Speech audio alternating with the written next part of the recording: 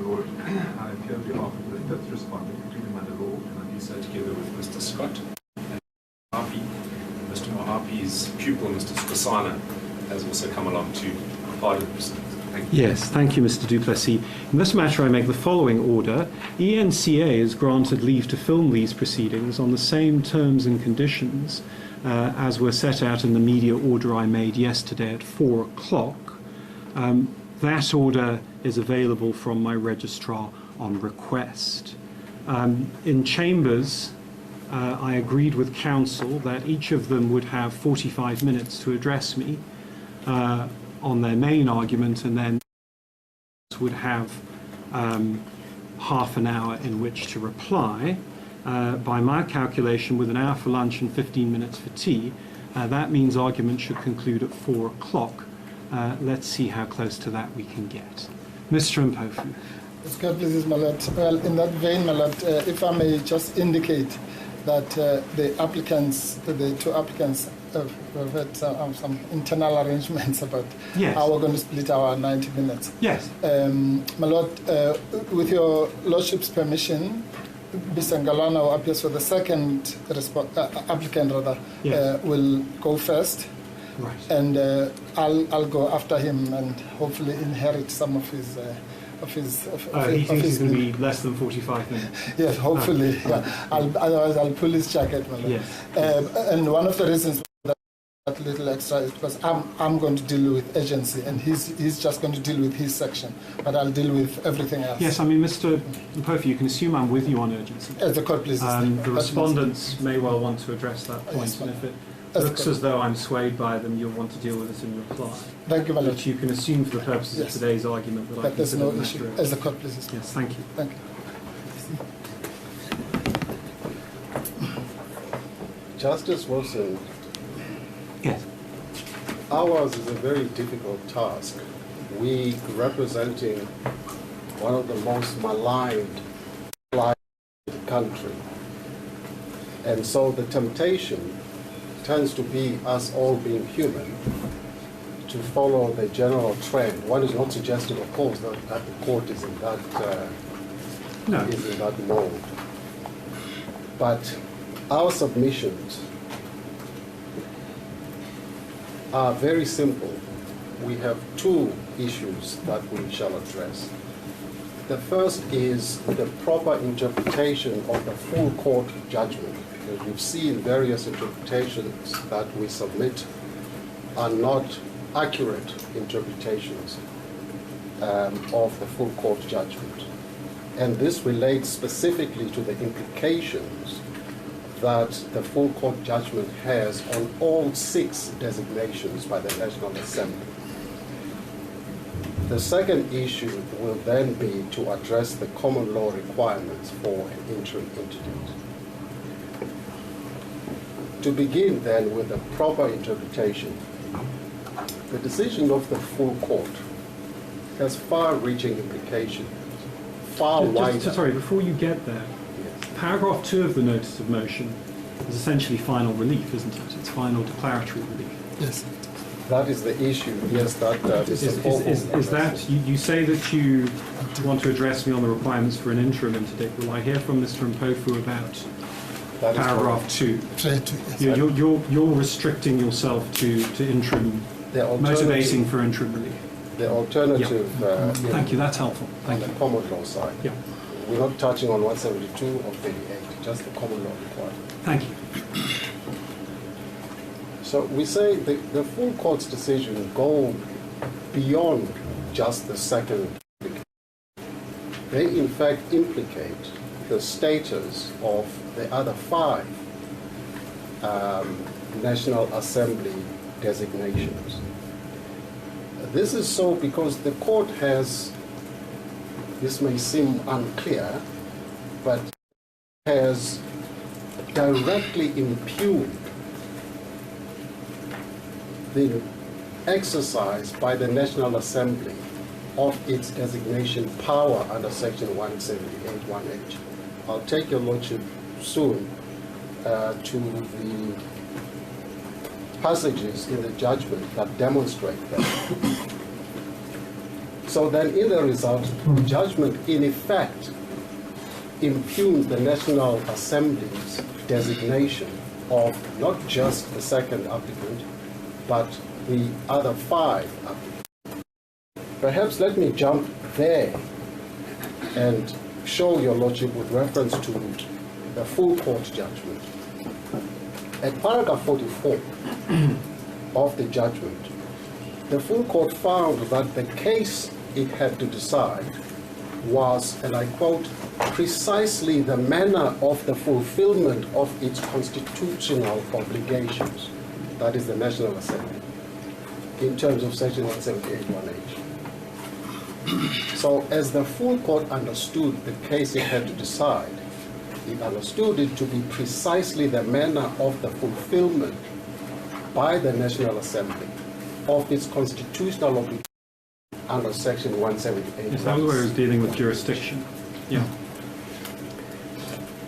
Then in paragraph 57, the full court says the National Assembly's designation, its 6 members to the JSC, including Dr. Hlophe,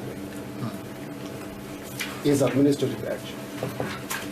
So that's a clear indication that the full court is looking not just at the designation of the second applicant, but at the second applicant part of the broader of the other 6 designations. Then in the same paragraph it says, in the exercise of that power, the National Assembly took a decision which affects constitutional rights of the South African citizens and has potential to affect the rights of future applicants applying for judicial appointment. And that's also in paragraph 57. So none of these descriptions of the National Assembly's power and the exercise of it is confined to a decision made in respect only of the second applicant. The court continues at paragraph 58. It says the National Assembly failed to exercise, and I quote, any discretionary power in the exercise of its constitutional power of designation under section 178(1)H. And it says, this is because members of the National Assembly misconstrued the powers of the National Assembly, believing that the National Assembly has no discretion in designating nominated members of parties to the Judicial Services Commission. And by that, obviously, it means the National Assembly failed to exercise its discretion that it has, but believed it didn't in the designation of the 6, one of whom being the second applicant.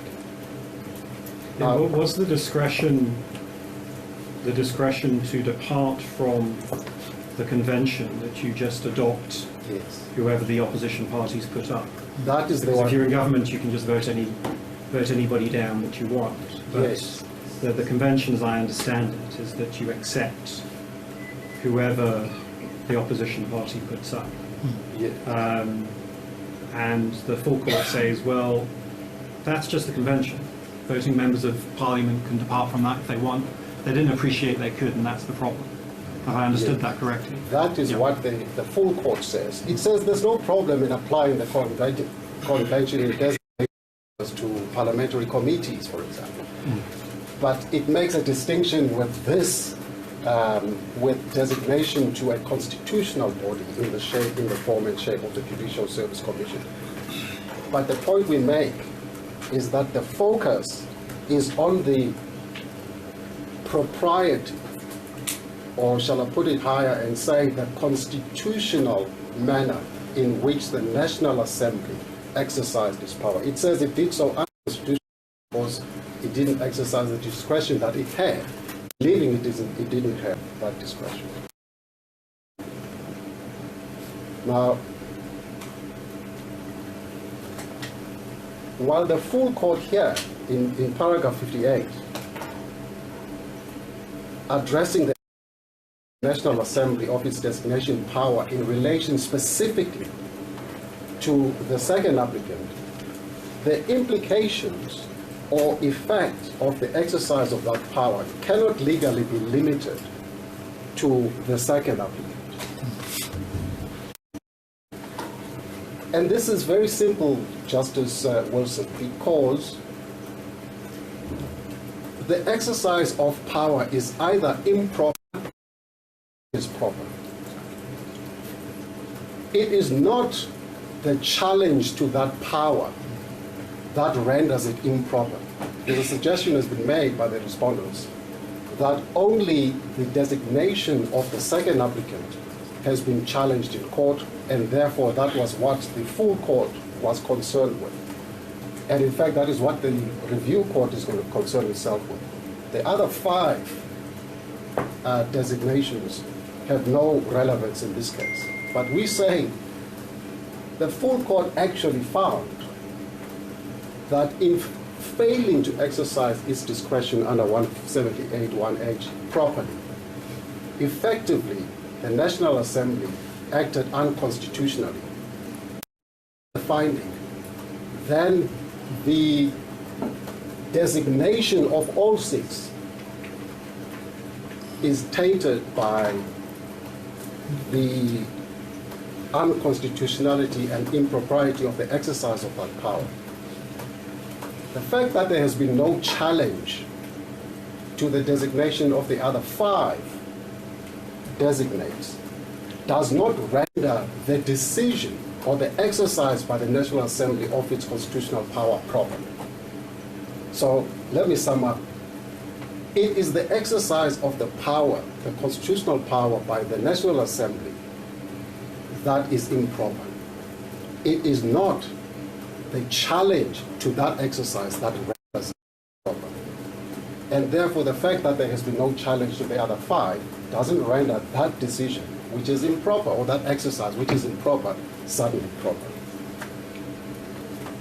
More indications of the broad nature of the full court's decision in relation to the exercise of the National Assembly's designation power are these, and I'm just going to give snapshots. In paragraph 59, the court takes general terms, not just confined to the second applicant or his designation, that the National Assembly followed a convention that a party's nomination to the JSC is simply accepted.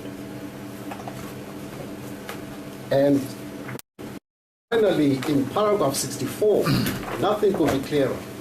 In paragraph 64, the full court says, and I quote, "It is evident from the papers that the National Assembly fails to appreciate that it had a discretion in designating MPs to the JSC, and consequently, it fails to exercise such discretion and did not rubber stamp," and here it goes to the MK's nomination. But as I've already pointed out, if the finding, as it is, of the full court is that the designation is tainted by a failure properly to exercise its constitutional power, then that taints all 6, not just the 1. Where are we going?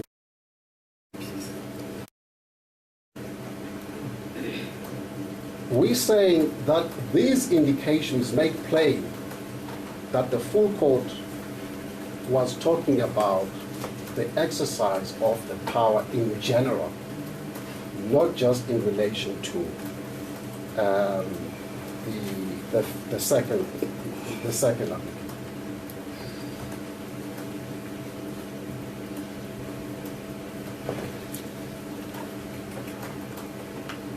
Can I then jump to dealing with the requirements for an interim interdict? Sorry, I have been checking my time. Yeah, but I need to be technically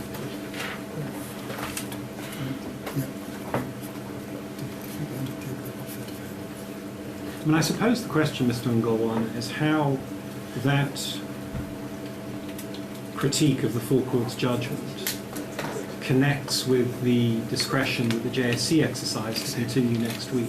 Exactly, that's... I'm not sure the JSC could be expected to go behind the full court's order, even if it's assumed the JSC decision-making body uniformly felt that the full court's order and judgment were wrong. I'm not sure that the JSC would have been at liberty to give vent to the view in deciding whether or not to proceed next week. What it had before it was an order that Dr. Hlophe can't participate on an interim basis in the JSC's proceedings, and it had to treat that as a brute fact, didn't it? Yes. No, the fact of the order, whatever its effects are, and there's a lot of argument about whether it's interim or final, and whether giving effect to it would affect the Constitution as opposed to the quorum of the JSC, and that's where I understand it actually needs to be. Yes. But the fact of the order, the JSC just had to take as a given, didn't it? Yeah, Mr. Hlophe is baiting me, saying, I'll deal with that, I'll deal with that. So I'd best defer to him. But what I'll say is this. The tie-up between the meaning of the proper interpretation of the full court decision to this interdict is set out. Well, the relevance comes in the balance of convenience and irreparable harm part, and I'll come to that in a moment. Yes. We say in relation to the right that the second applicant has a clear, not just a prima facie right, a clear right to participate in JSC as a duly designated member of the National Assembly, and that the full court, in interdicting his participation in the imminent proceedings beginning on the 7th of October, simply does not detract from that designation to the JSC. I don't think there is any controversy on that issue. All it does is merely to disrupt his participation in the imminent proceedings beginning on the 7th of October. It doesn't nullify the right, as one of the respondents contend. Well, as the JSC put it, he's still designated JSC, still a member of the JSC. He's still a member of the JSC. It's just a court order saying he can't participate in its proceedings until Part B of the matter in the full court comes to fruition. Exactly, but we say that he has a constitutional right to participate in all proceedings, including the 7th of October, as a properly designated member. And if you want to obey the full court's order, you've got two options. Either proceed without him or don't proceed at all. Exactly. And your case is that they shouldn't proceed at all. Yeah. Yes. And we're not saying they must stop forever and anon. This is not an indefinite interdict. Stop until the cloud of uncertainty as regards the propriety and the constitutionality of the designation has been determined in Part B. Of course, there could be negotiations among the parties about how to speed up the process of dealing with Part B. It doesn't have to take years, as some of the respondents have alluded to. So, on a proper interpretation, Section 178(1)(h) of the Constitution confers on the opposition parties the right to nominate and have designated the Judicial Service Commission at least 3 of their number. It is not for a party in government or a non-governmental association to determine or dictate who in the opposition must serve on the Judicial Service Commission. That is the right, a political right, that the second respondent has, supported by his political party.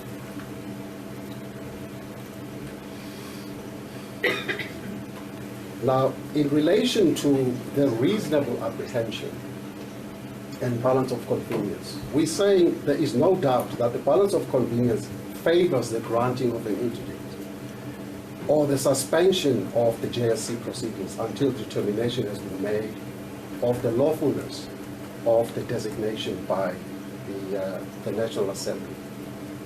The difficulties or prejudices that have been identified, litany listed by the Judicial Services Commission and Freedom Under Law, the second applicant is well aware of these. I mean, after all, he has been a judge president for more than 3 decades, I think. So he understands the challenges of the under-resourcing of high. But non-constant that one addresses that by running the risk of rendering decisions that could end up being declared to be unconstitutional. So if one weighs up, on the one hand, the temporary suspension of the proceedings of Judicial Services Commission, I would even venture to say this, and I haven't discussed this with our learned friend for the first applicant, but if one were to conceptualize something like a structured interdict order that says the interdict or the suspension will hold for a limited period, say 6 months, subject to either party approaching the court within a certain period, either to discharge that order on good cause shown or to extend it. And then the court hearing that application will then determine which side to fall on. So that is one way of dealing with the suggestion. The argument on the balance of convenience that it's without Dr. Hlophe, its proceedings may well be later be impugned because he isn't there, or because the basis on which the full court decided he shouldn't be there also applies to the other 5. Yes. Or both. Yes. Well, which one of those 3 propositions is it? It's all 3. Well, I'm not sure 3 is 2, but it's both, effectively. If it's Dr. Hlophe doesn't go, you say that might well taint the JSC's proceedings, and you say the indication in the full court judgment is that the participation of the other 5 National Assembly designees may well in future be held to have tainted the JSC proceedings. That is correct. And it's relevant you say convenience because that the potential that a JSC... All right, it's a very busy news day in the country's courts. What you're watching now are those proceedings around the MK party trying essentially to interdict the JSC sittings next week. It's very important indeed.